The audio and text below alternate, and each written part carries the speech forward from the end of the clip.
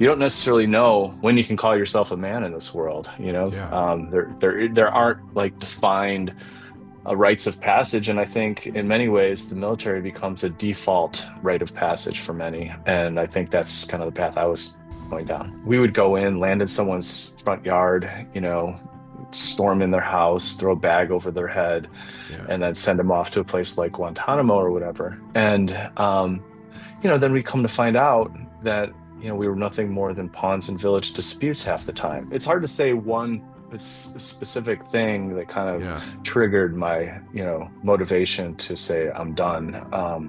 It was a lot of things. We had just invaded Iraq. That felt like a complete bait and switch from why I signed up. I think it was pretty clear, this rite of passage towards manhood and stuff. And you don't have to depend on the US military to give you that. And I think Yeah. fighting bullies is a great way to like find your sense of Yeah. self, and no matter what that is. And right now the biggest bully on the planet is the US military, Yeah. and IDF. Imagine a 16-year-old kid in Detroit. What would you tell him now? What kind of advice would you give him, or questions to ask himself, etc.? And then what would you say to that 16-year-old in Gaza whose half his family was just blown to bits, who is like, I'm going to go join the Islamic Jihad and join this fucking thing. It's Dilemma Podcast, Jay Shapiro here.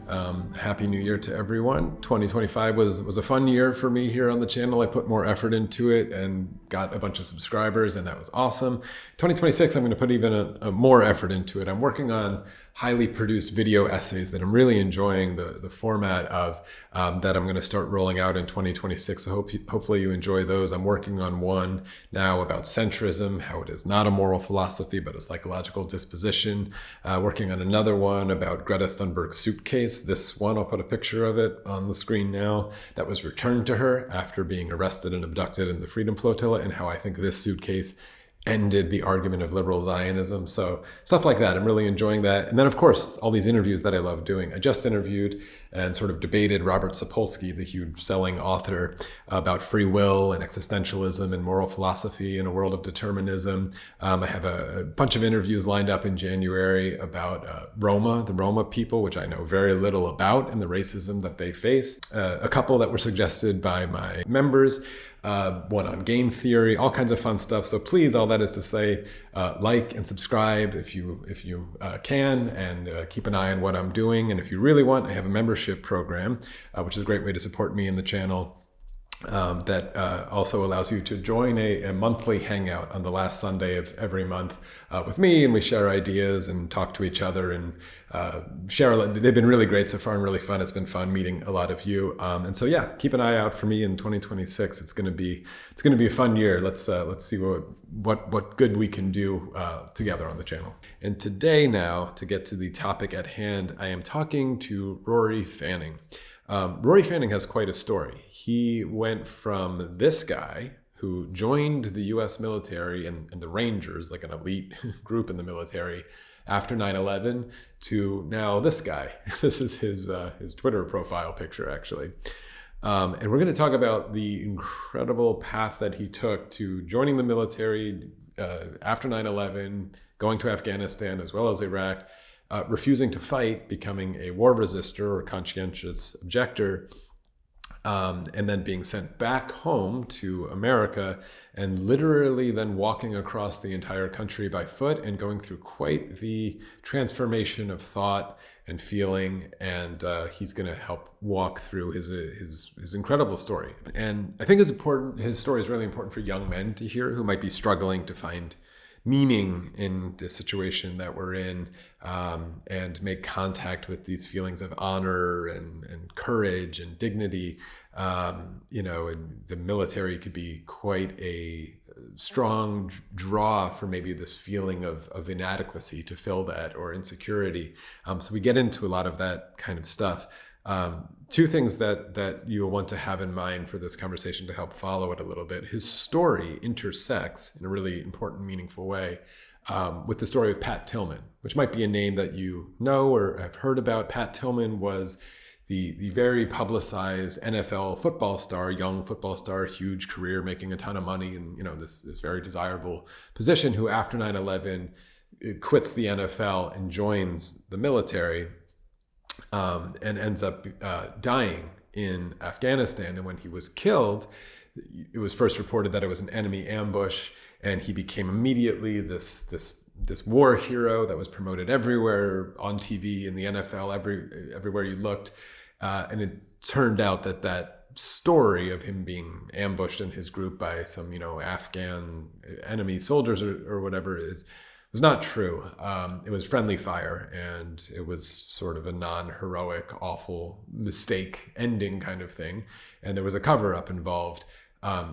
That's something you might want to learn about after you watch Rory talk about it. It's told beautifully in a film called The Tillman Story that's worth your time and worth watching and worth revisiting. But so you should have Pat Tillman's story in your head. That comes up and it's important. And then also we talk a little bit about, or maybe a lot about, military advertising. So I grew up seeing these ads and hearing, Army of One, be all you can be. I'll play a little mashup of the kind of stuff I remember now. I'm really interested in how you get people to join the military. We do more before 9 a.m. than most people do all day. So it makes me feel like I'm part of something really special. Be all that you can be. And I'm not the only one. You can do it. You will be changed forever. The few, the proud, the Marines. And then on top of these kinds of advertisements and this kind of messaging, there was also tons of movies, obviously. He mentions Black Hawk Down, and specifically seeing a trailer that uses the song by Dave Matthews Band, The Space Between. So you'll hear him mention that, just so you could follow that little tidbit as things that were in his head, that his contact and the ideas of military when he decided to join. So enjoy Rory Fanning. He wrote about this entire experience of walking across the country and reflecting on his engagement with his own thoughts and retracing what he really fought for in a really well-titled book called Worth Fighting For, that is also worth reading. So now enjoy Rory Fanning, and Happy New Year. I bet we got hit with the same ads growing up and the same kind of military recruitment. I remember the slogans, but can you take me to sort of your childhood? You were born in Chicago, I take it, and how you grew up, and maybe ideas that you, thinking now back on it, you were gathering of manhood or masculinity, and then maybe how that intersected with the culture around you of recruiters or Army of One or Be All You Can Be, or whatever you remember seeing the first time the military sort of touched your psyche. Yeah. I was raised in a right-wing Catholic family, big Reagan fans across the board, both sides of the family. I think the first time I really kind of felt impacted by the military was the Gulf War invasion, that 90-day, or was it 90-minute war? I'm not sure. It was, the shock and awe thing that we saw on ABC News, and Ted Koppel, and it was, you couldn't help but be impressed. Okay, well, if this is the way the U.S. fights the war, obviously I knew nothing about Vietnam. I knew nothing about the entire history of the American Empire, but I did see that kind of quick war, and I was like, oh, okay, wow. Well, there must have been some good reason to go over there and bomb these countries. And the good news is it ended quickly. So I think that was kind of my first taste of the U.S. military, and it was, I guess, a positive first impression, as many people probably had a positive impression on that. I think that was the first Gulf War that kind of erased the Vietnam syndrome, or at least that's what people were saying. And And then as far as sort of like your, I don't know how personal you want to get, but your ideas of manhood or masculinity, do you remember kind of, because I think just to sort of frame why I'm starting with that question, people have been, I'm not the first to mention this kind of crisis of masculinity and noticing something very strange going on with young men, and the Jordan Peterson kind of appeal and the Andrew Tate of the world. And it can sort of be laughed at and scoffed at, but I think it's a serious it's a serious conversation, and I'm curious your sort of interaction with those ideas, even just in your own family, or if you were the oldest in your family, so you didn't have kind of an older brother to look up to, setting the stage in that regard. Yeah, no, it was mostly, I guess, based on my dad. I mean, his Mm, nickname was the Bruiser, and there you he go. used Yeah. to play football, and he had, wore 00 on a team called the Maulers, which is kind of like this local team, and he's a huge John Wayne fan, and went to Montana every Thanksgiving to hunt. Mm, Um, and I remember someone threw a cheap shot at him, and I was probably about 8 years old during one of these football games, and he turned around and just exploded this guy's nose, and then he did the same thing back to my dad, and I remember driving home and just blood rushing down his face, wondering what that was all about, obviously scared. But yeah, I think, Bruiser, my dad was probably my first introduction to, I guess, what the culture said was masculine, and um, you know, um, and for the most part, like my dad as a kid, and I thought he was pretty cool. But yeah, I mean, that was probably my yeah. intro. But it wasn't like a military family or anything. You were, you know. No, no, my dad went down during Vietnam. He came Mm, from a fairly well-off family, and tried to sign up. And the story goes that my grandpa went down and followed him and tore up his papers at the recruitment office. And so he ended up not going. So at least that's the story I was told. He was also in college, and so I think he had a deferment because of that. But yeah, that yeah, was yeah.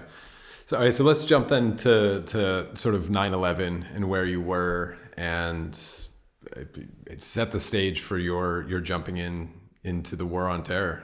Yeah, I saw those planes hit the Twin Towers, and I just graduated college. I had a mound of student debt to pay back, and I wanted to do my part, number one, to prevent something like 9/11 from ever happening again. Um, I wanted to pay back student loans. I just graduated from Notre Dame, the great books major, and so I wanted to pursue a bit of, adventure. Didn't want to sit in a cubicle to pay back my student loans, and I think the military kind of checked all those boxes for me. And I think you're at a crossroads after college. I played sports in high school and tried to play a little bit in college, and um, there was kind of an athletic nature, I think, to the military that appealed to me. Um, I was also insecure, and Mm, didn't necessarily feel like I had gone through any kind of rite of passage. I just had got off the phone with my cousin who's dealing with the same situation. He's a pitcher mm, out in New England, and he's considering the military. I think a lot of the same reasons I considered the military. It's like you don't necessarily know when you can call yourself a man in this world. yeah. There aren't like defined rites of passage. And I think in many ways, the military becomes a default rite of passage for many. And I think that's kind of the path I was going down. Yeah, yeah, but not after 9/11, it was, you're not just joining the military to run around on a base and get disciplined. There is this kind of, there's this almost promise of where you're going to go and what you're going to do. So was that like an extra layer of, it's I was yeah, also like, I think a lot of, rites of passage kind of teach you how to, at least the things that I've studied and read over the years. It's like, how do you confront death? yeah, And I was very scared of death, and I always kind of believe that if you're scared of something, you should go into it, and look at it as closely as you're capable of. And I think that was kind of my way of confronting mortality, and um, you know, um, what it means to die. And at that age, and as far as I understood it at that age, and so, as opposed to kind of running from it, I feel like that pain of anticipating, kind of like, oh, maybe it'll just go away if I don't think about it. I'm like, nah, you kind of understand, like if you put something off, it just kind of nags at you, and yeah. and I think so. I think that was part of it.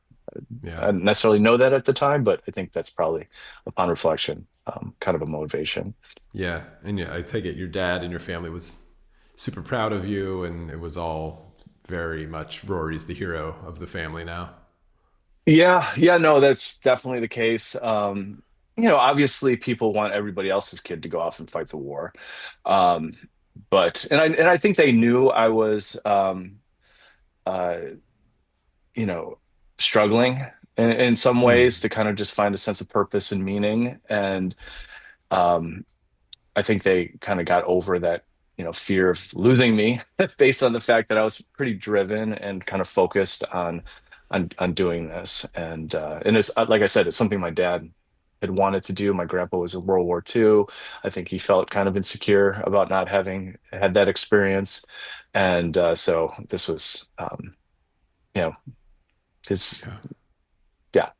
Yeah, yeah, and you chose the Army Rangers. I'll give you the line that you usually give for you when you say, because I think it's a good one. You say that, when you join the military, you realize that you're becoming a piece of equipment, and so you wanted to become the most expensive piece of equipment you could, and you did. You got like super jacked. You learned all these skills, and then and you went. And so take me to where they dropped you in there. But actually, before we do that, I was going to wait for this later, but since we're kind of on the subject of manhood and masculinity, do you mind? I'm going to play you, and see if I can share my screen. I want to play you a recruitment video that I found, like an ad. Where does confidence come from? How you look? Hey, look, man. Look at me. This could be you in just 6 weeks. Guarantee results fast. Get ripped with my workout plan. Instant gains guaranteed. Quick hits?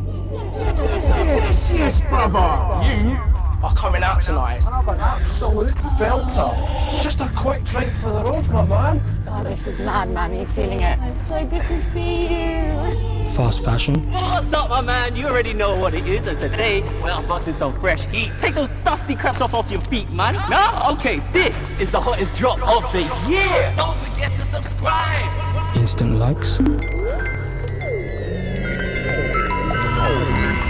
Come on, mate. Nearly there. Lots of things can give you confidence for a little while. But confidence that lasts a lifetime? There's one place you'll find that.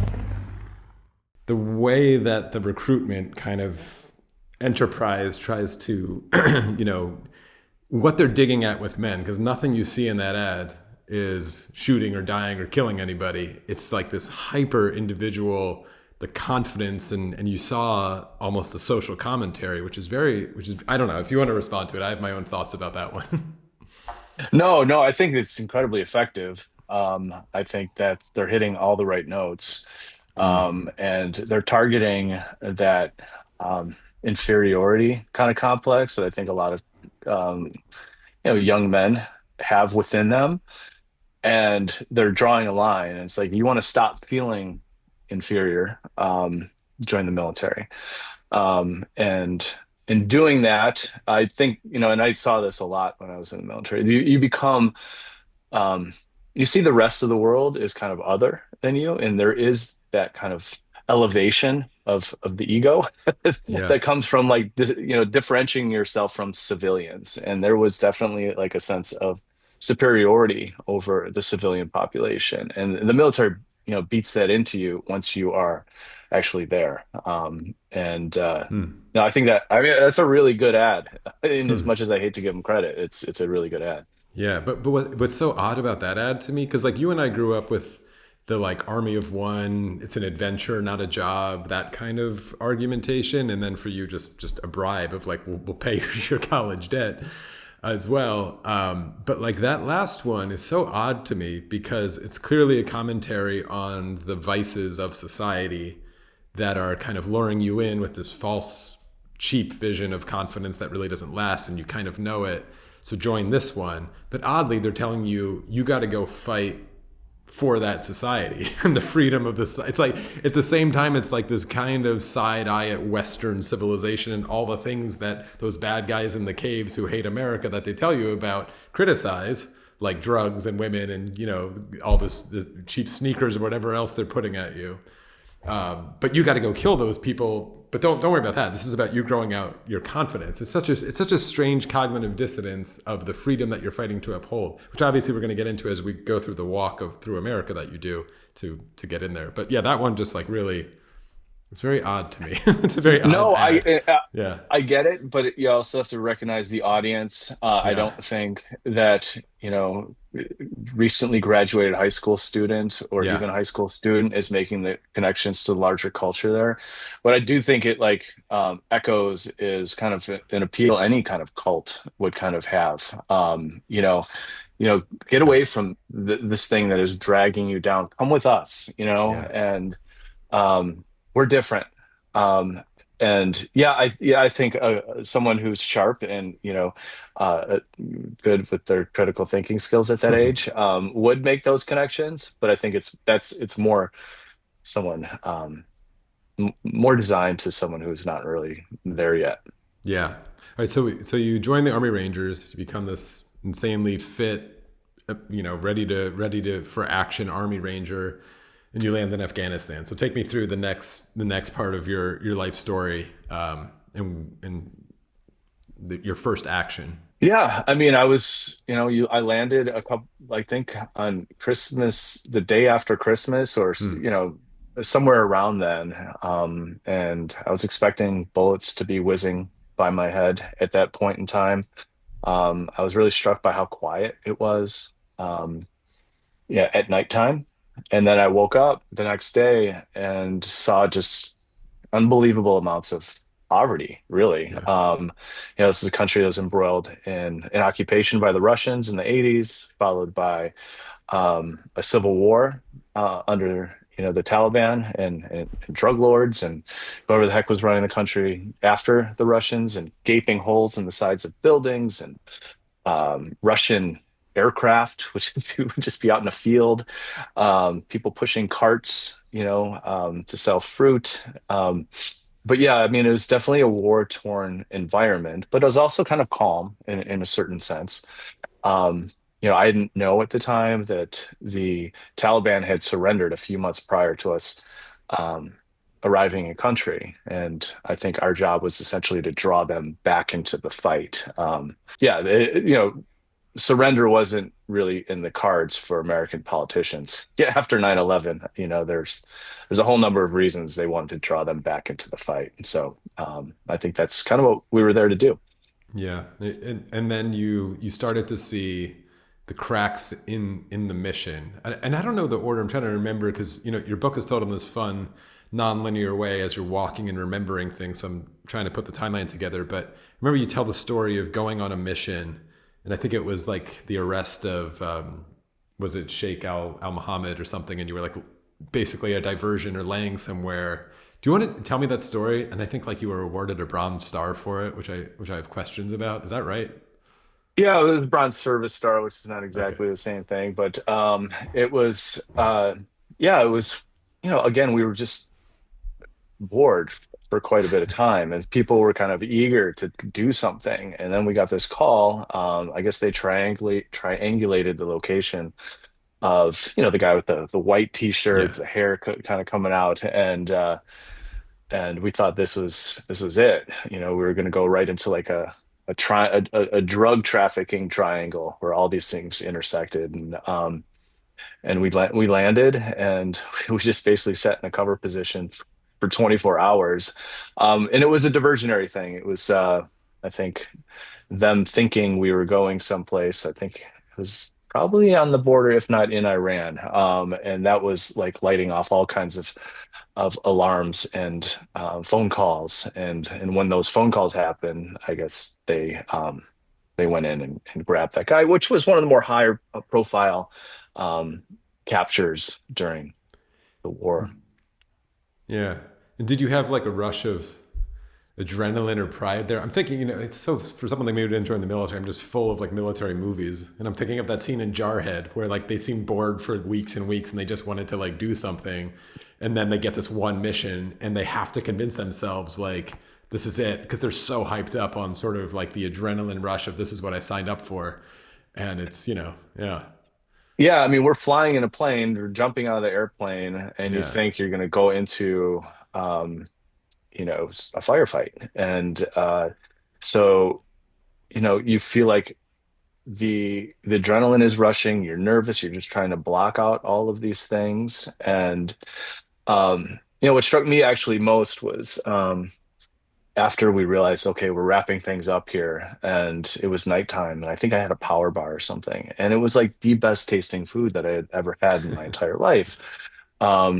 Because that I think that's what happens when you come down. You just have this great appreciation for life. And I mean, war historically, I mean, people have fought in it because they're become addicted to that kind of high, and then that appreciation. I mean, it was like nothing you could ever imagine, tasting that one power bar after thinking that you were not going to necessarily be around that day. And so that was exciting. Most of the missions that we were going on, that was just actually one of the six. This actually we did something. But we would go in, land in someone's front yard, storm in their house, throw a bag over their head, and then send them off to a place like Guantanamo or whatever. And then we come to find out that we were nothing more than pawns in village disputes half the time. We've got this country coming in with the suitcases full of money and say, "Show me where the Taliban is." And this landlord would come out and say, "Hey, I know where the Taliban is." And we give him $1,000 or whatever it was, and we would go, find out that this guy hadn't paid his rent.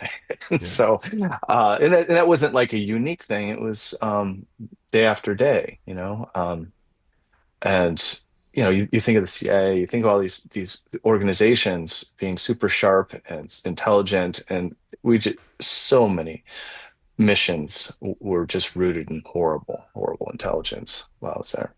Yeah, and the way you write about it, it seems like no one even seemed to really care, though. It's like, and I imagine I don't want to speak for them, but your mates and everybody with you, did they care? And how did you find out? Like, was it just suspicion? Was like other people, like, how did you find out that a day ago you guys beat up and tortured and arrested someone for nothing? And he's gone now. How did you find out it was just like some village disputes?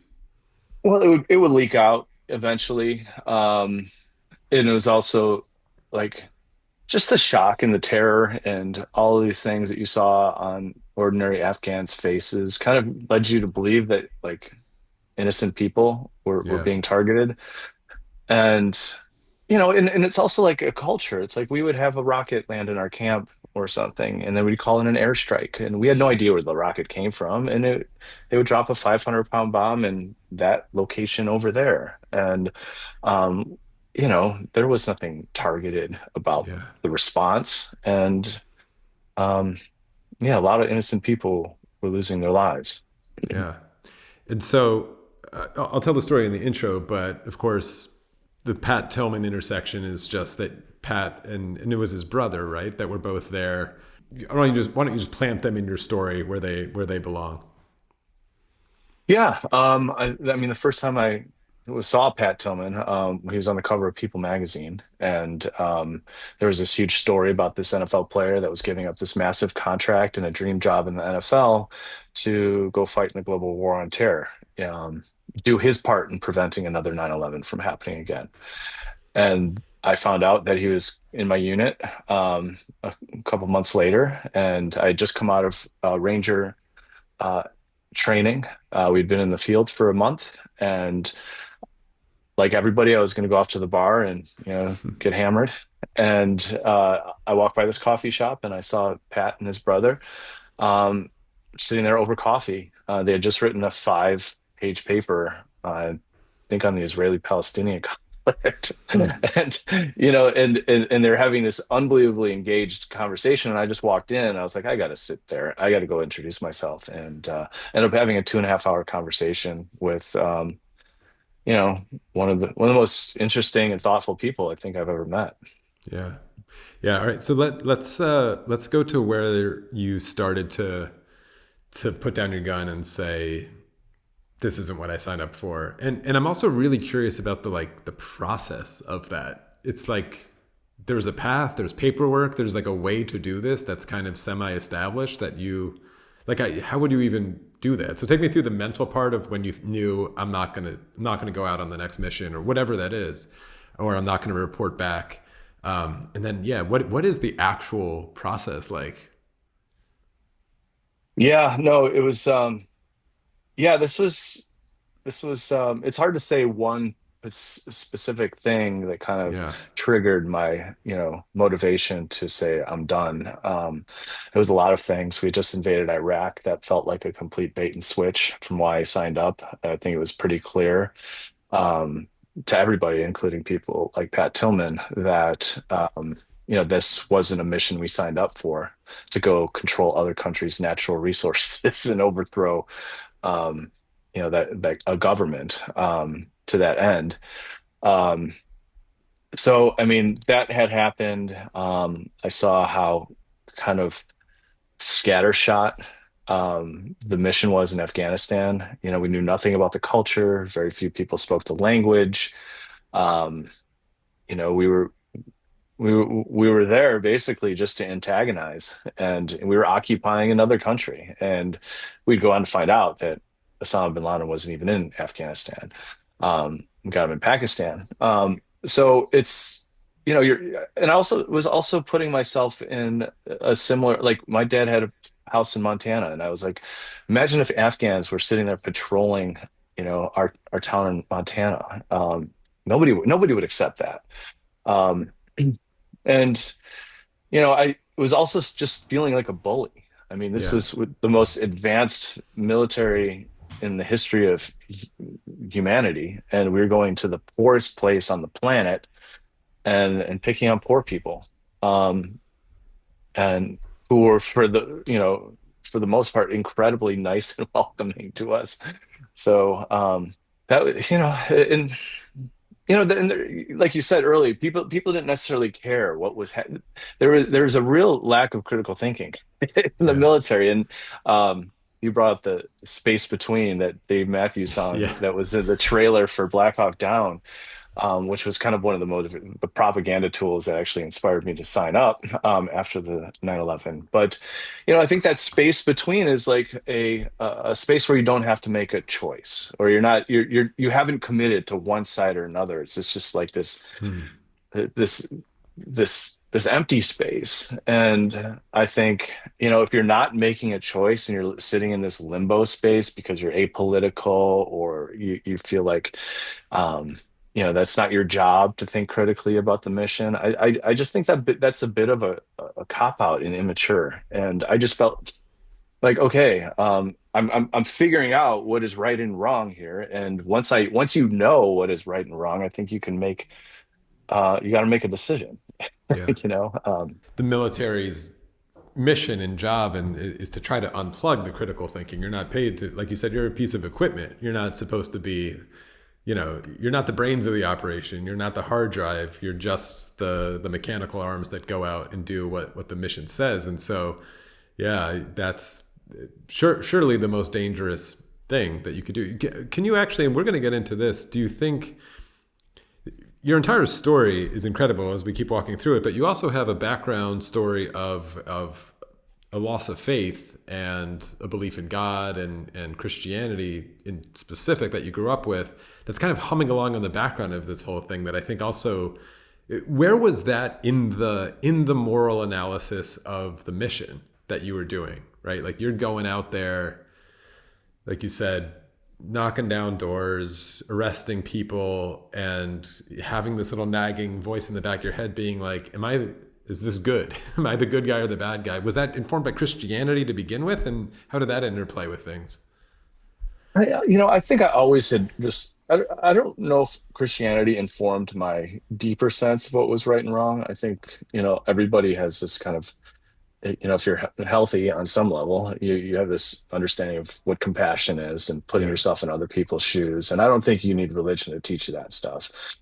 Sometimes it helps to reinforce that idea of what is important. But it's like, if you believe, like, I always thought, like, it just made more sense to me that, you know, as opposed to matter always being there, something created it, and transcended it, at least as a young person.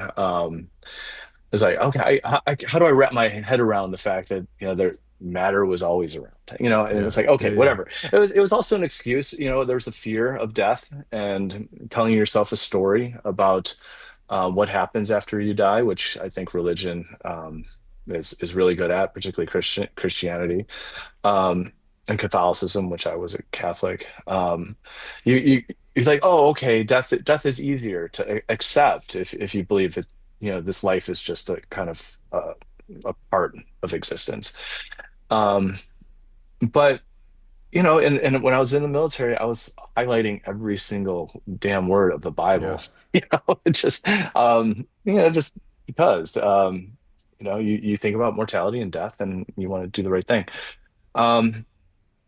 But yeah, after a while, and I didn't really kind of become an atheist until well after I left the military. During my walk across the country, actually, is when I became an atheist. But yeah, I mean, so it's always been a part. It's like, and if you believe something, I believe, you do it all the way. Yeah. I just want to point out the asymmetry we have because of this massive phobia of Islam post 9/11, that if somebody had said what you said, being like, I was in the trenches highlighting every line of the Quran and fight, people would immediately call you an Islamist and a terrorist. And it's like, but I'm sure that was quite normal. In fact, but ironically, weren't they sending you, and I know I'm skipping around a little bit, but when you started to say, I'm not going to fight, and again, I do want to know like what the process is there. They were sending you like to the chaplain to try to get you back out into the field to be like, yeah, you are, like you're messed up, right? Yeah.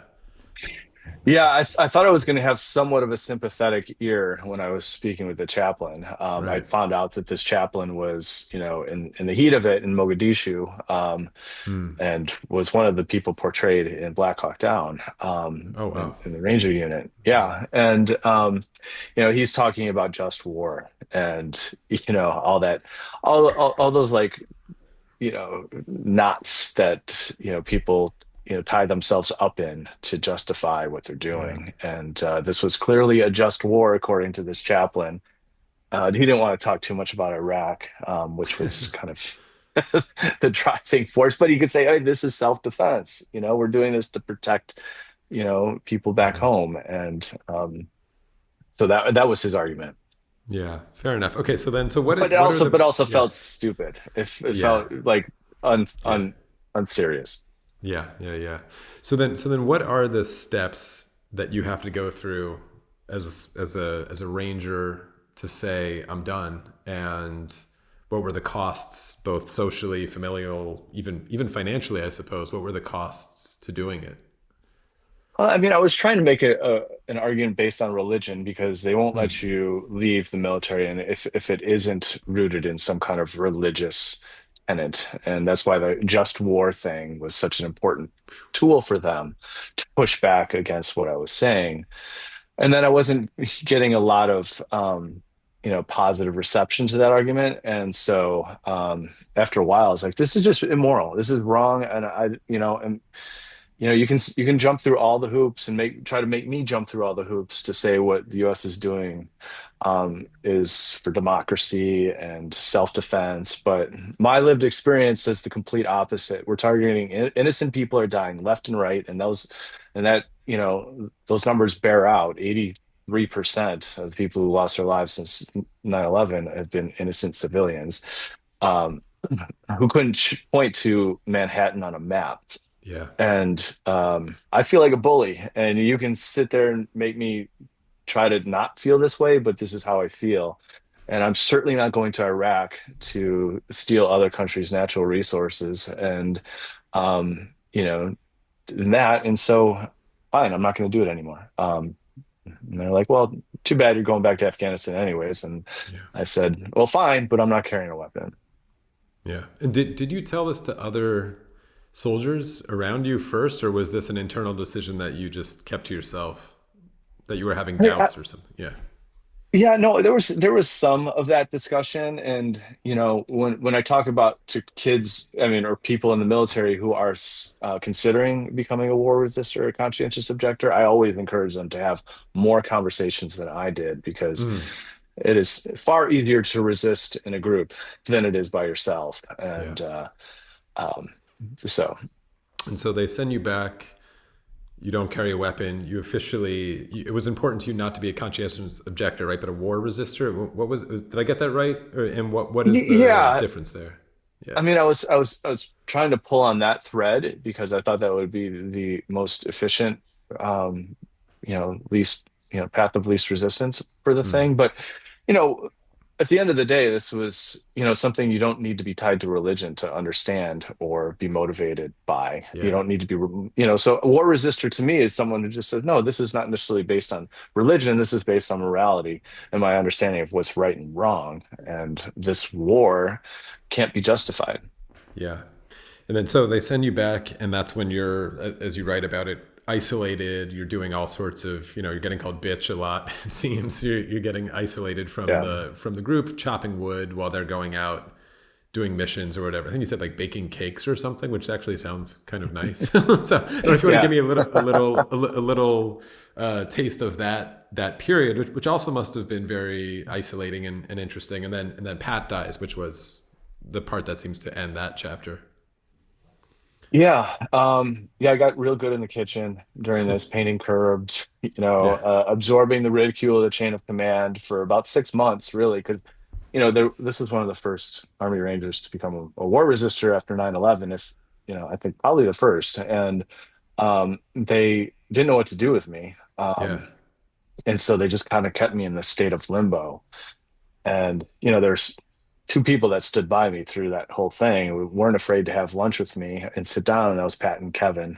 And Mm. they were kind of rocks during this entire time because it's like, okay, the most noble, this guy who looks like a Greek statue and writes, papers about the Israeli-Palestinian conflict in his free time, worth tons of money, um, sympathizes with my cause. Yeah.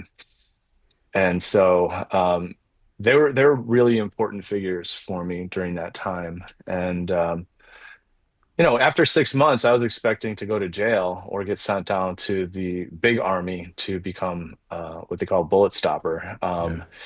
And I get this call down to formation, and I thought this was the day. And they said Pat Tillman died last night in an enemy ambush, and Yeah. he died a hero.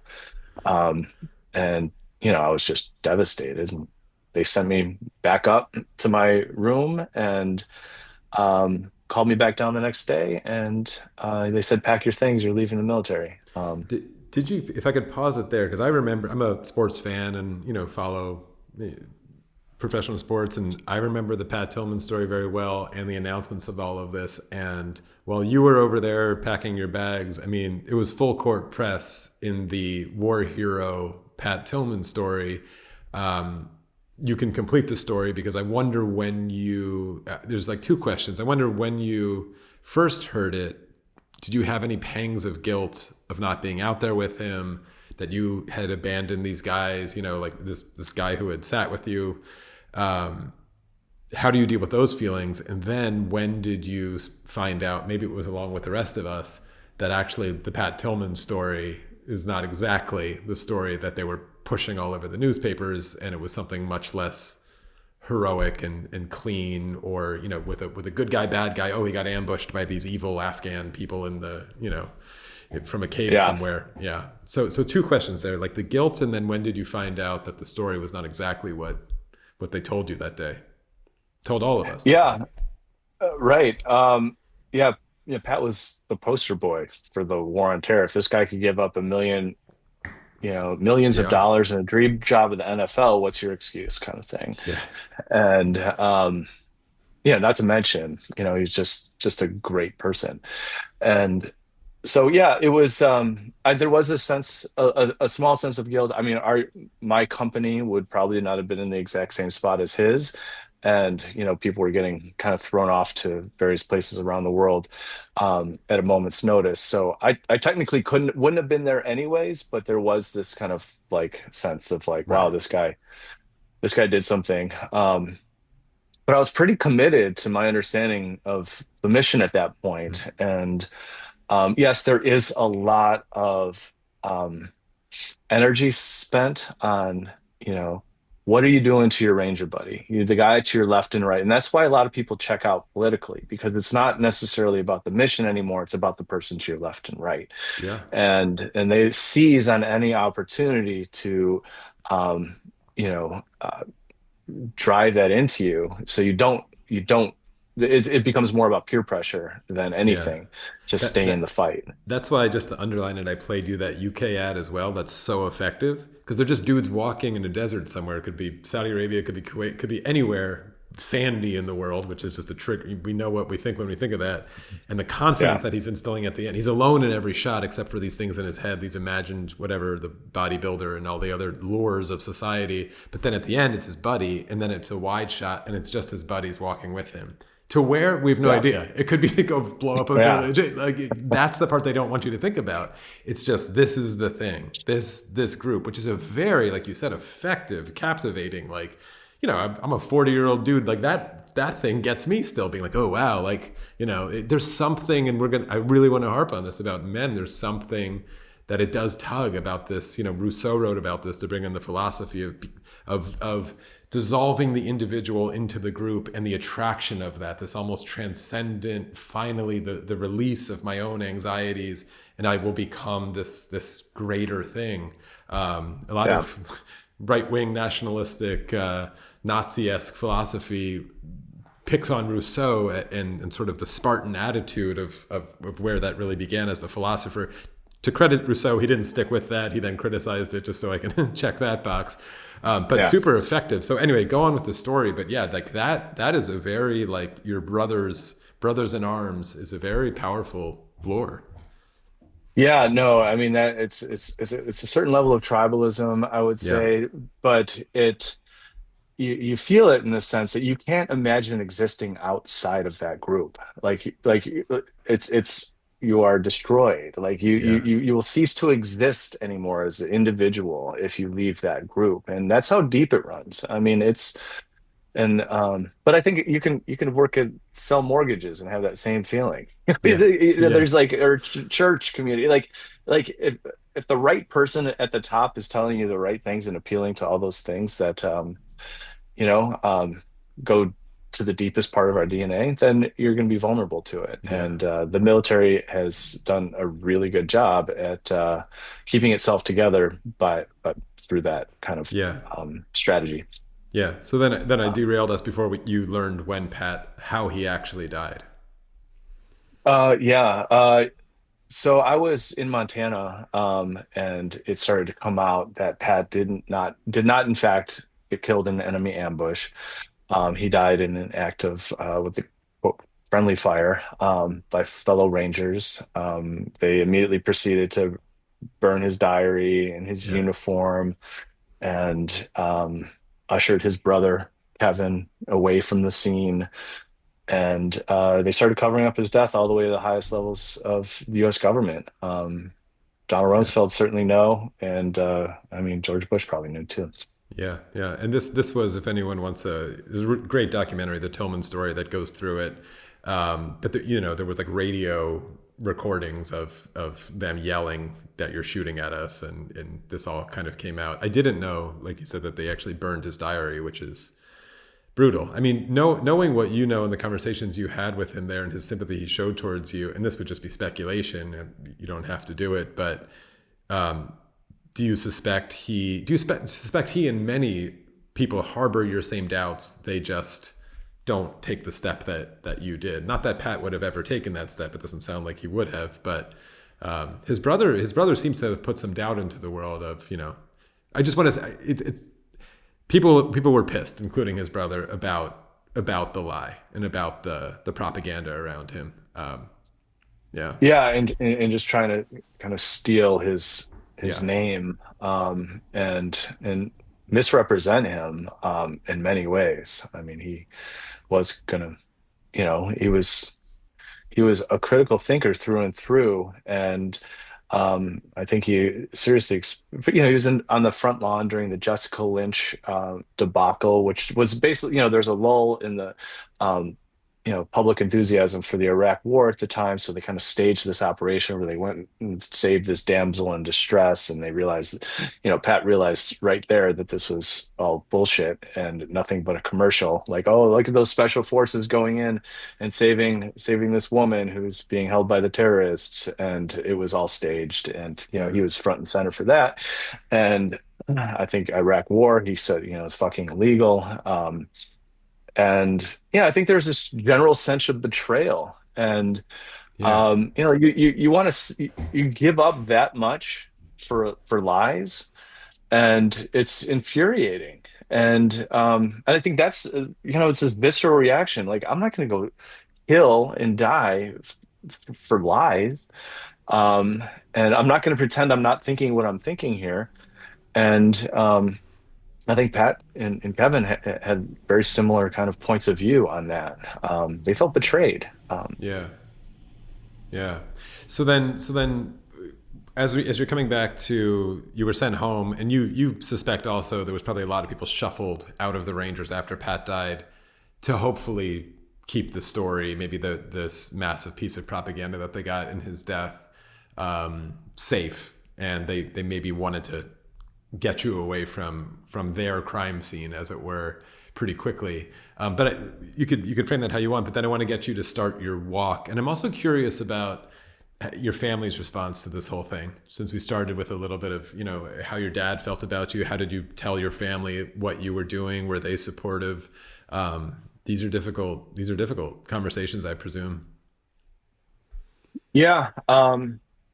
Yeah, I ended up going back because I left the military early. I didn't get my student loans paid for. Right. And so I went to that cubicle and started selling mortgages.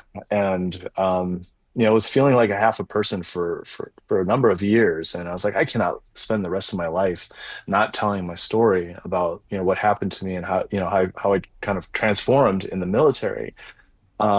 But I also didn't necessarily have the courage to kind of just blurt it out and start telling people about it. And I just knew I had to do something big. So I decided I was going to walk across the United States to raise the money that Pat gave up when he left the Arizona Cardinals and give that money to the Pat Tillman Foundation. And so I walked across the United States about 3,300 miles, slept in cemeteries behind targets. After about a month, I started developing a certain level of confidence, and I was talking to high schools and colleges and prisons and corporations, I guess. Yeah. And my theme was, people need to make more decisions like that. And it was kind of a naive message, like there's going to be more people that give up millions of dollars in power and dream jobs for greater causes. And that's the financial crisis had just happened. Clearly, greed and ego was running this country into the ground, and so I just walked across the United States, and but I also realized at the end of it, I still didn't have the courage to say the entire story walking across the United States. I did in parts, and so after the walk, I retraced my steps via history books, and I walked where Nat Turner had his slave uprising. Ida B. Wells wrote her anti-lynching paper. The San Patricio Battalion, group of Irish immigrants who refused to fight the Mexicans in the Mexican-American War, were all hung. Dolores Huerta, organized farm workers. And then I kind of captured all of their stories in little snippets of history and incorporated that into a book. And, these were conscientious objectors of a different kind. And if they could do what they did, I could certainly start telling my story. And after the book was published in 2014, I've been talking to high schools and colleges about why students need to think critically before they sign up for the military. Yeah. No, I love it. It's quite the transformation, that you start walking. You're talking about Nat Turner. The Worth Fighting For thing is such a great title because you said, and I just want to go back, you joined the military because you never wanted that thing to happen again, this 9/11 thing to happen again. And so it seems very simple of like, oh, I'm gonna be basically a police officer and go arrest the guys who did that and make sure that doesn't happen again or whatever. Why do you think that happened? And how do we make it not happen again? And I know that's a really big question, but I know the transformation that you've had, because just to sort of mirror it, I never joined the military. I'm more of an intellectual, and I was writing. 9/11 is where I jumped in too. And I've gone through my whole journey as well of like, I never want that to happen again. So I want to understand really as comprehensively as I can, even though it's complex, why it did happen. And this resistance to simple narratives about why it happened, for me, has opened up an entire career of thinking and writing and still trying to figure it all out. But so why did it happen? Why did 9/11 happen in your view? Yeah, like to understand 9/11, like to understand October 7th, you have to go back to all the days prior to that, and what was happening. Well, it was a small percentage of the population, thinking that other countries' natural resources were theirs to do as they pleased, overthrowing democratically elected officials for those resources. And you notice the terrorists never live in resource poor countries. They always live in places where we want something, and whether it's land or oil, copper, or just maintaining a sphere of influence in a region. Yeah. Haven't you heard Venezuela is now narco-terrorism? The word is almost comically slapped onto anywhere. Yeah, anyway, sorry to be snarky. Yeah. So yeah, it's I mean, we burned alive 2.5 million people in Vietnam. We dropped atomic bombs on people. We overthrew, we started wars in Nicaragua. We're like the Martin Luther King line that is rarely quoted in school, but is, I think, most important. One of them is most important. It's like U.S. is the greatest purveyor of violence on the planet, and we are the dark side. If you want to use the Star Wars analogy, and in so many ways. And so there is this thing called blowback that is a real thing. It's like you kill enough innocent people have a vest and take away all of their ability to have a comfortable, upwardly mobile life. They're going to get desperate, and when you get desperate and feel like you are backed into a corner, you're going to lash out. I mean, it's just simple common sense, and you don't need some PhD in political science to figure this out, or history. So yeah, I mean, there was a lot of things that led up to 9/11, and not to say terrorist attacks are justified in any ways, but if you want to prevent terrorist attacks from happening again, you have to understand why they occurred in the first place, and you have to get to the root of it.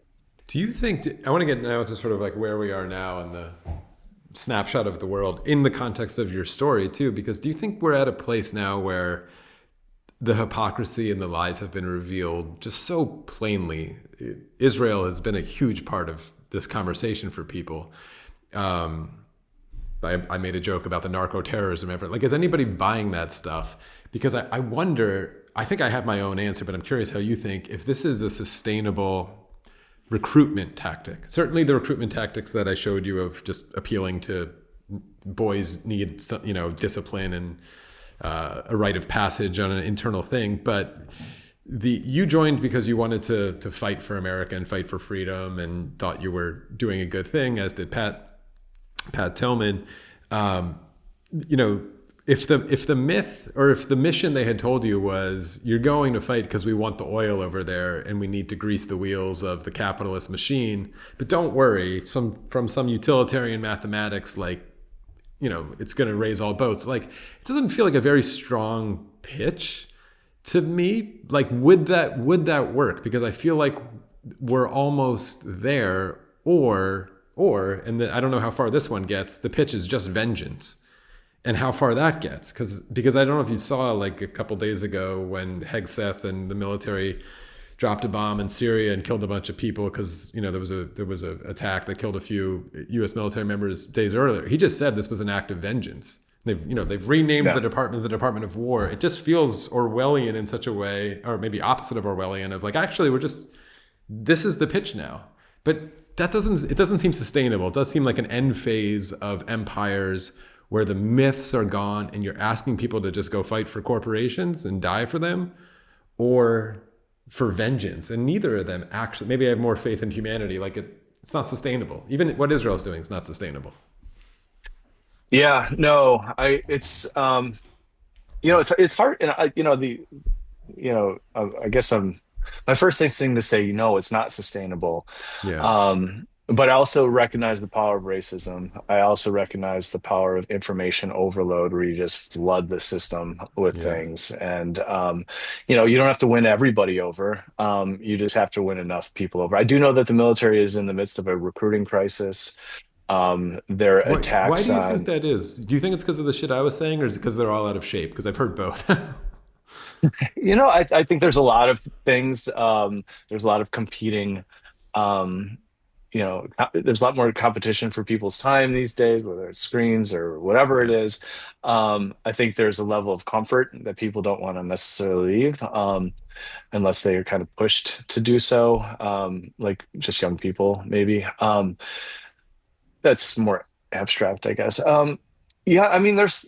There's also not this, like, people get off the couch and want to fight if they feel like they're threatened. And I think that's why having free education, free healthcare as a result of military service is such an important thing. And one of the best ways to undermine the U.S. empire is to fight for free healthcare and free education, because it kicks out a huge motivation to sign up.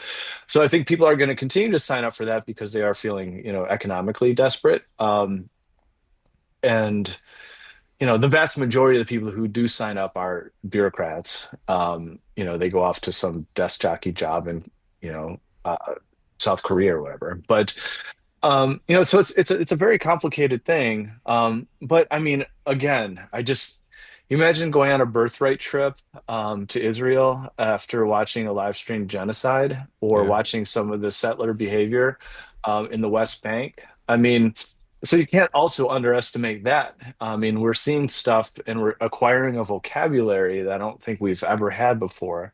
Or at least it's always been there, but it feels a lot more mainstream now. And so I think, and that's why there's a reason that Yahoo said we have a TikTok problem, so you don't want to underestimate that. But I also don't want to underestimate racism and the power of the U.S. empire. And we spend $1 billion a year on propaganda, whether it's commercials, movies, video games. The U.S. military is super ubiquitous, and it's target, like the U.S. I mean, Chicago has the highest JROTC program in the entire country, and they target kids on the west and south sides of Chicago because they know these kids have the least amount of options after graduation. And there's 10,000 recruiters stalking the hallways in this country. And so those guys are drawing them in, and it's not necessarily based on the mission, as we saw in that British commercial. They're appealing to the insecurities of the youth. Yeah. If I can ask then, because how Israel has entered the conversation for you and potentially made it, like you said, easier. I mean, we've turned a corner narratively that we're not going to turn back from because of it. I grew up with it, so I was familiar with it, and it's been emotionally taxing and awful, but in some ways exciting and gratifying to finally be here, where you're the stuff you're talking about now feels very mainstream, but like it's to look back on it is pretty ridiculous. I'll give you actually a little anecdote for myself. I have a book coming out in May, and I started writing it about 1.5 years ago, and it's a moral philosophy book, and it's an anti-utilitarian book. It will reflect a lot of the kind of arguments that we're making here in some ways. But when I started writing it, I was like super afraid to put in stuff that was kind of critical of Zionism and Israel, because it was like really touchy and taboo. By the time I finished the book, I was like, fuck it. Like, you can write anything you want right now. Like, the floodgates are open. It's fine. People actually are dying to hear this stuff finally. So yeah, when did that sort of enter this conversation? I mean, I didn't start recording it so you could tell the story of the hat that you're wearing right now, and just maybe how far you've come in your process. Yeah, no, I equate anti-Zionist Jews to kind of war resistors of a sort, you know. I mean, I've been to, you know, many Passover meals. I know, the emphasis on the Holocaust and all of these things that are happening in these families, and to kind of push back against that narrative of a, we need a secure, Zionist state if we're going to um, ever be safe as a whole. And I think anybody with half a brain watching the last couple of years unfold realize, Israel is not making Jews safer. It's doing the opposite. Just like the war on terror didn't make Americans safer. I mean, there was, between 1980 and 2001, there were 200 suicide bombs around the world, with only 10% aimed at U.S. or U.S. interests. Between 2000 and 2015, there was 2,500 suicide bombs around the world, 90% aimed at the U.S. or U.S. interests. And I think when people are watching a live stream genocide unfold and saying to criticize it is to criticize all Jews, I mean, shocker that anti-Semitism is kind of, spiking as a result. And that is not, I mean, and why is that happening is because the leaders of Israel are promoting it. And I also think, like, the Israel has done a lot of dirty work for the U.S. over the years. And if you want to challenge the U.S. empire, you also really need to challenge the people that are doing their bidding on their behalf.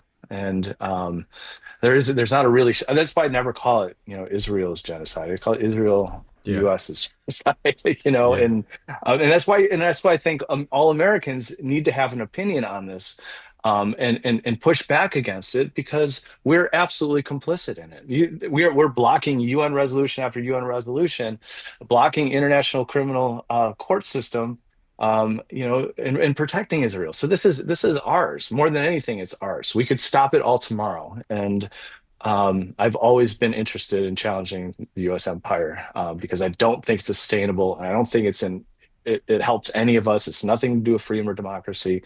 And that's why I think everybody has an obligation to speak out against the genocide. Yeah.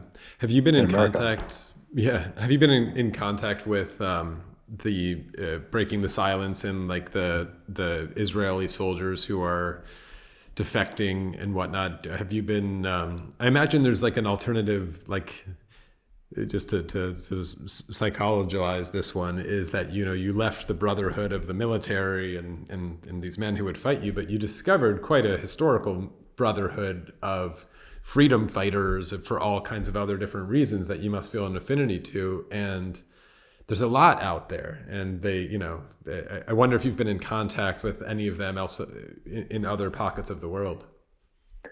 I've interviewed war resistors inside Israel prior to October 7th, a number of them. I've done a few articles on them.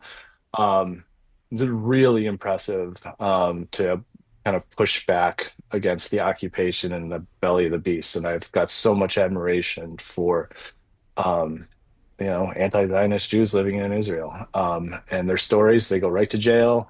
I know a guy who's been to jail 8 times for refusing to fight. The numbers are not nearly where I'd want them to be, but they also weren't nearly where I'd want them to be in the U.S. In terms of, resistance to occupation, apartheid, genocide. But the numbers are growing, and you're also seeing Israeli soldiers come back with horrible, horrible PTSD. Yeah.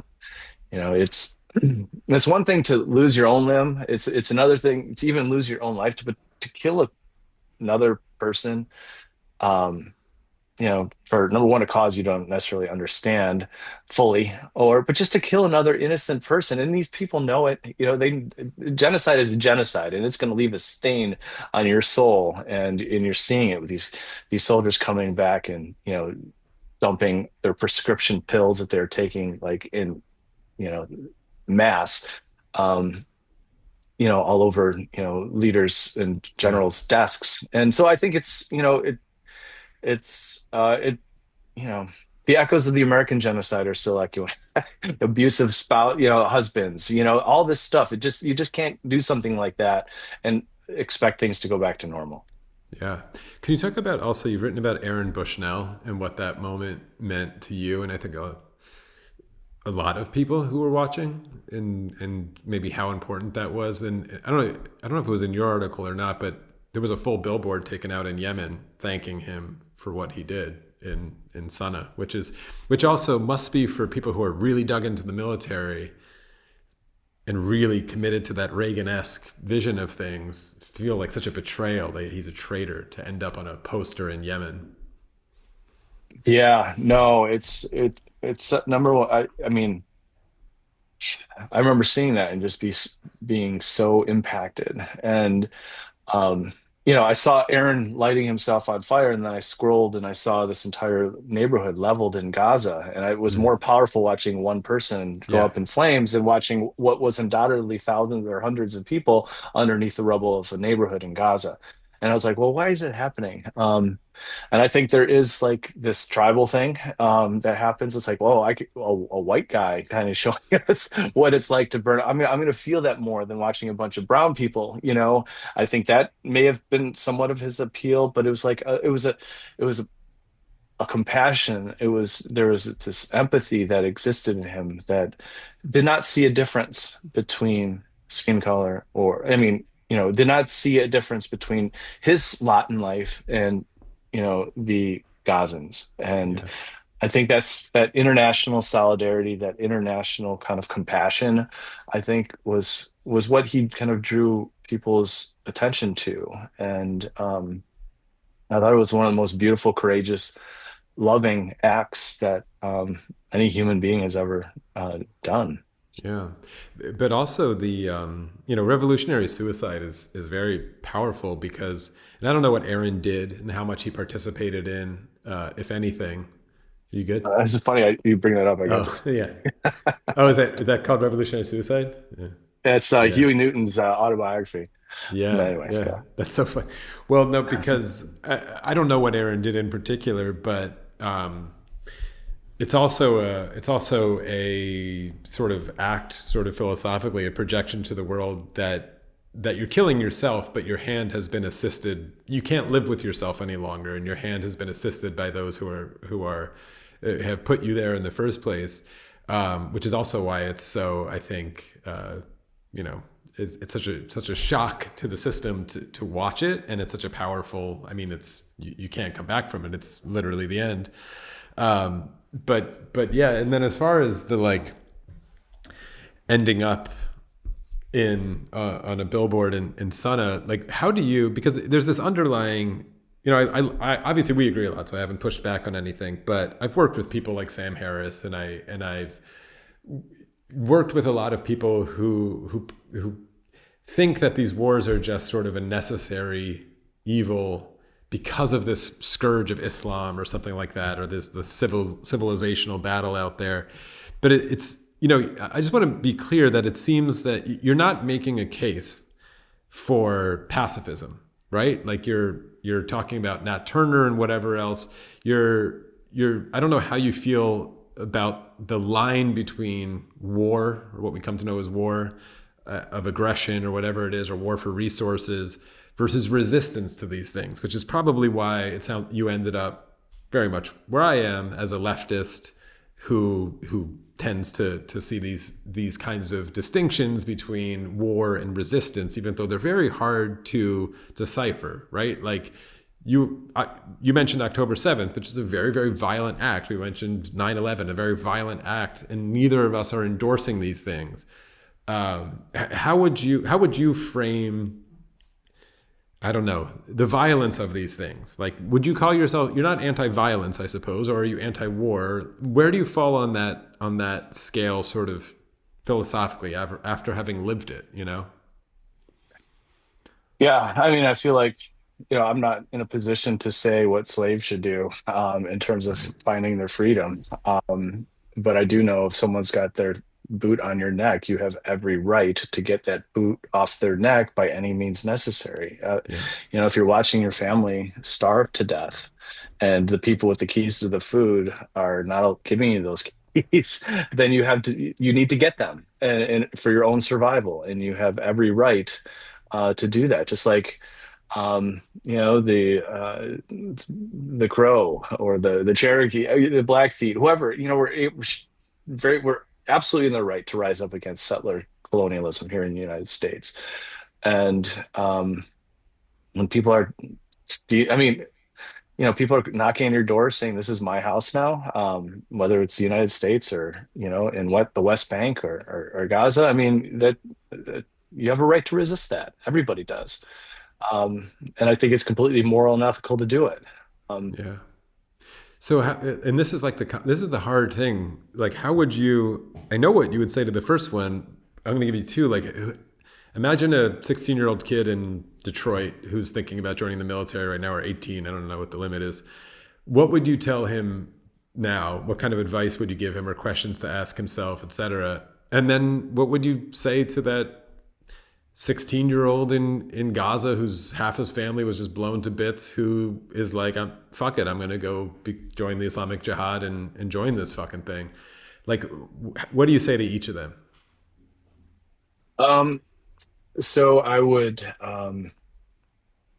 to the high school student, I would say, maintain your critical thinking skills, your critical faculty, realize what you're getting into, study your history. Is this something you want to kill and die for? Is it worth killing and dying for? If you think it is, let me introduce you to someone who hasn't left their basement in the last, since they returned home from Iraq, and what it's like killing people for a cause you don't fully understand, or killing somebody so rich people can get richer.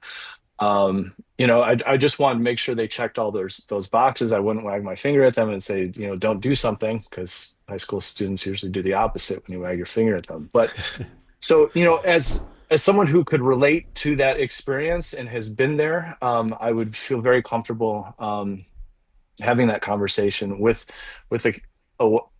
I would just listen to the kid in Gaza. I'm not, I have no idea what it's like to have your entire family or 18 people of your family get erased in a rocket, or watching an entire family burn to death because of your neighbors wanting your land. So it's like, I don't know. I wouldn't know where to begin on that. And I would just listen. And I wouldn't moralize in any way, because it wouldn't be my right to do that. Yeah. And I should have even been more fair. Maybe that was the wrong one in Gaza to do, because I'm constantly, for the rest of my life, I will be trying to argue with people who I used to work with who have arguments. But I should have actually, because like your family didn't die in 9/11, right? Like you didn't have any relatives in those towers. And so they're like, well, you didn't suffer anything. Why did you go fight? And so I should have been like, what about someone, I don't know, who might be Muslim, who's in, Yemen's it's hard to find an example of like that haven't suffered very directly, but let's say some family in Iran or something who's very animated by the cause of this indignity to something, who wants to join, who wants to, I don't know, go to Lebanon and join Hezbollah, whatever it is. I just want it to be fair. It's probably the same conversation, but I'm still, I think what's interesting in that thought experiment that I'm trying to lay on your feet, which isn't at all a gotcha, it's just a probing question. Yeah.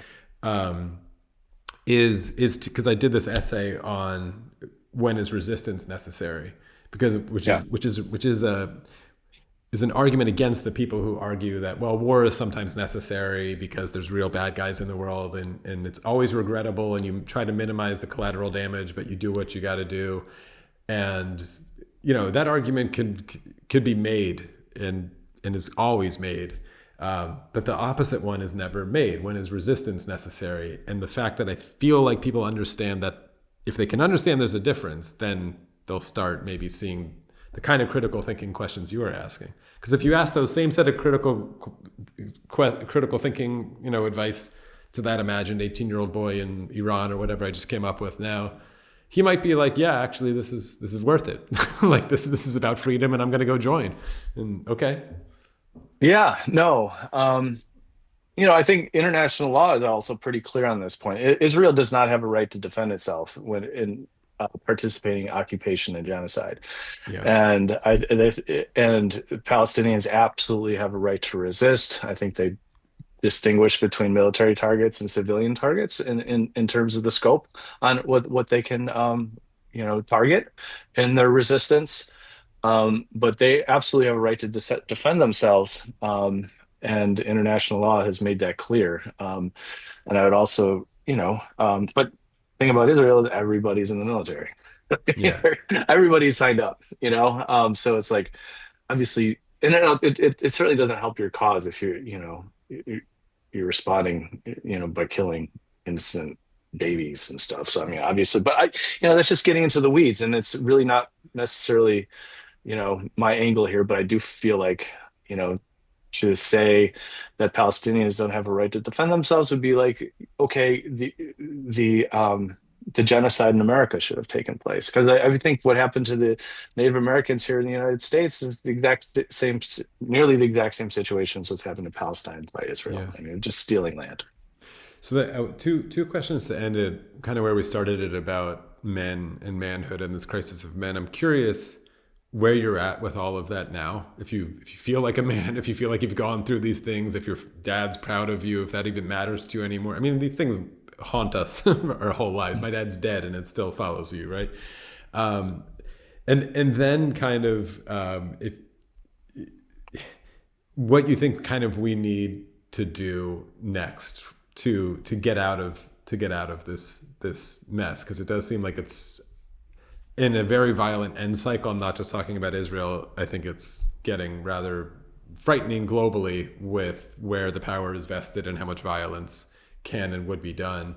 And if those two answers are somehow related about what we need to do for men, so we stop just killing each other.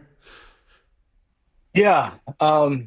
In such an alienated, culturally bankrupt society that we live in here in the United States, I feel like, every rite of passage, and not to, fetishize, more primitive cultures that actually had more thriving cultures where everybody was kind of participating in the development of people throughout their entire lives. And I feel like, there is such an alienation in this country where it's always going to be, insecurity is always going to be a thing, more so, and self-absorption and all those kind of things.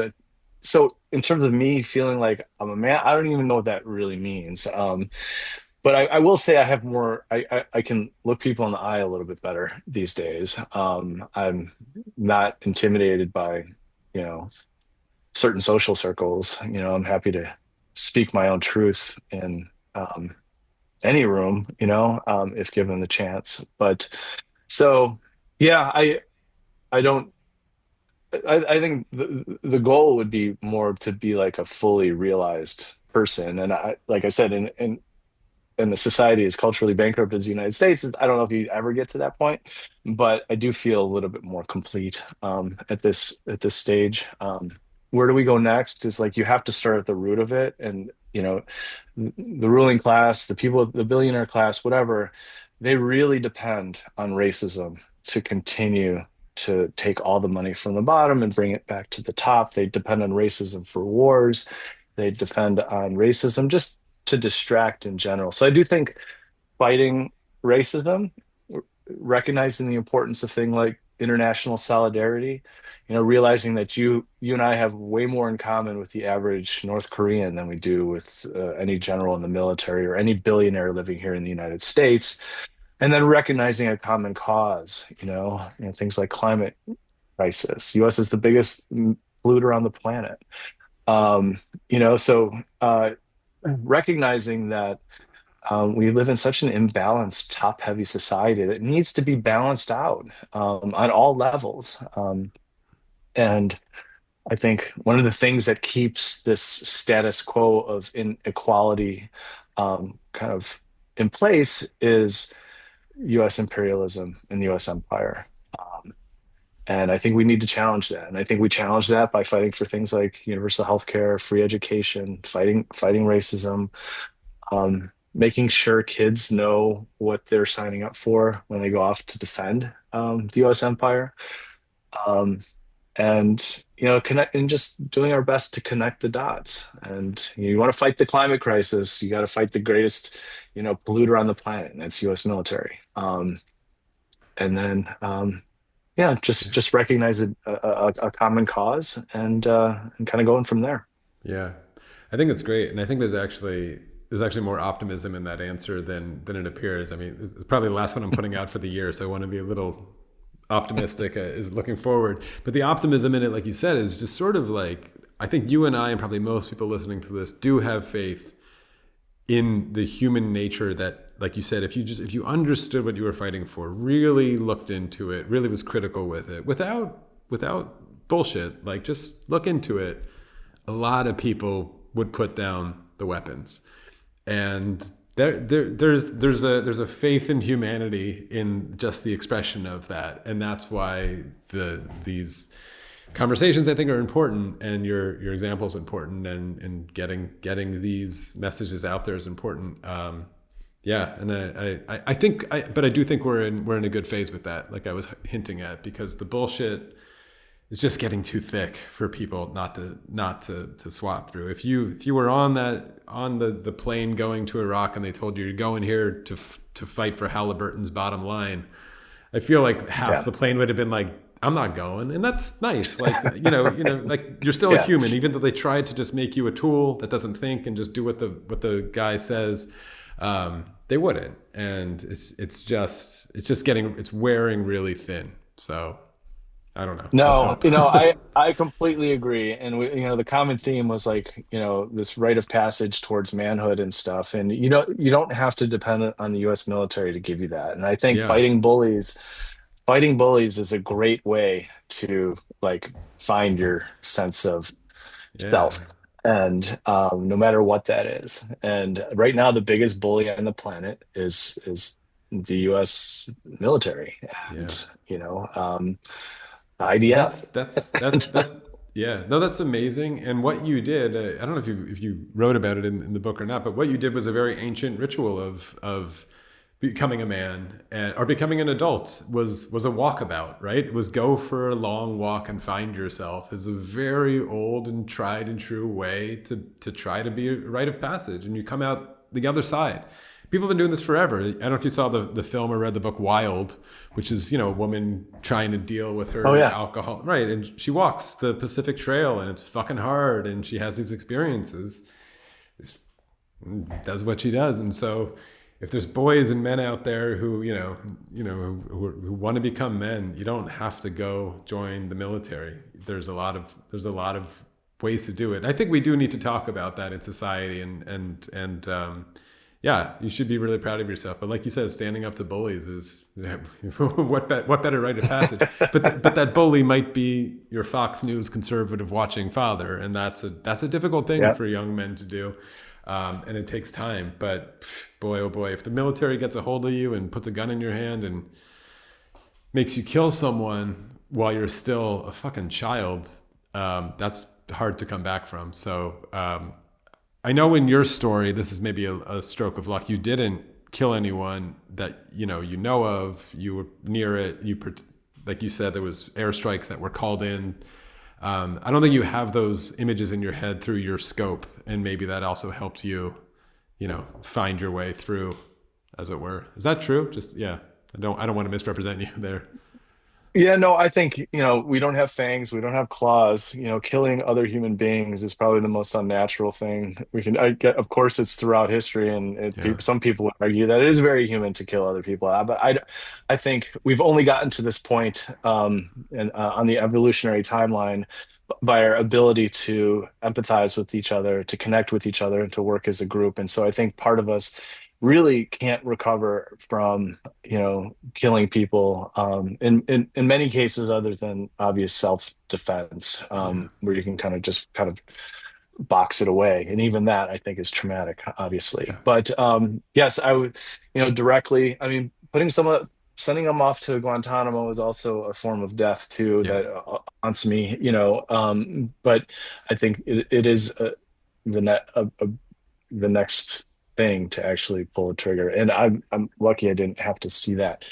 But yeah, it's a matter of self-preservation to avoid the mission of the U.S. empire. Whether it's racism, you eat yourself up alive when you do that, or when you kill innocent people, or you kill people for causes you don't understand. You kill yourself in a way. And you know, Yeah. so. Well, I'll let you go. It was awesome. It was really... So thank you to Rory. Hopefully you really enjoyed that. Two little things I wanted to mention. The hat that he was wearing is actually for the Palestinian baseball team, which is a cool thing that you should look up. I'll put some information about them down in the description. I'm a huge baseball fan. And obviously it's really amazing that they're trying to play under those circumstances. Then the other thing, this is a little last tidbit that I forgot to mention with him. He opens his book with a quote from Dalton Trumbo's Johnny Got His Gun, which is a book that was turned into a movie in 1971. I haven't read the full book yet. I watched the movie after reading this quote in Rory's book, and the movie is so good. Immediately launched, I think, to my favorite anti-war movie of all time. Watch Johnny Got His Gun. Not exactly a feel-good New Year's film, but save it for a day where you really, really want to see an amazing piece of work. And then I'm going to end this just with a quote that he uses to start his book. I'm reading it here from the digital version. This is Dalton Trumbo from Johnny Got His Gun. To fight that war, they would need men. And if men saw the future, they wouldn't fight. So they were masking the future. They were keeping the future a soft, quiet, deadly secret. They knew that if all the little people, all the little guys, saw the future, they would begin to ask questions. They would ask questions, and they would find answers. And they would say to the guys who wanted them to fight, they would say, "You lying, thieving sons of bitches, we won't fight, we won't be dead, we will live. We are the world. We are the future. And we will not let you butcher us no matter what you say, no matter what speeches you make, no matter what slogans you write. Remember it well. We are the world, and we are what makes it go round. We make bread and cloth, and guys, we are the hub of the wheel and the spokes of the wheel itself. Without us, you would be hungry, naked worms, and we will not die." That's Dalton Trumbo from Johnny Got His Gun. I think it's apt to remember that quote as the world enters, I think, a rather violent phase of conflict. I'm speaking to you from Germany, where I live, where they have, for all intents and purposes, just reinstituted conscription. It seems to be happening more and more in Europe as NATO ramps up. And remember this quote, watch Johnny Got His Gun. Oh, and for those who are really fans of me and Dilemma, I will be settled into my new place, and the vinyl record thing will be back very soon. So I will see you next year in 2026. Happy New Year, everyone.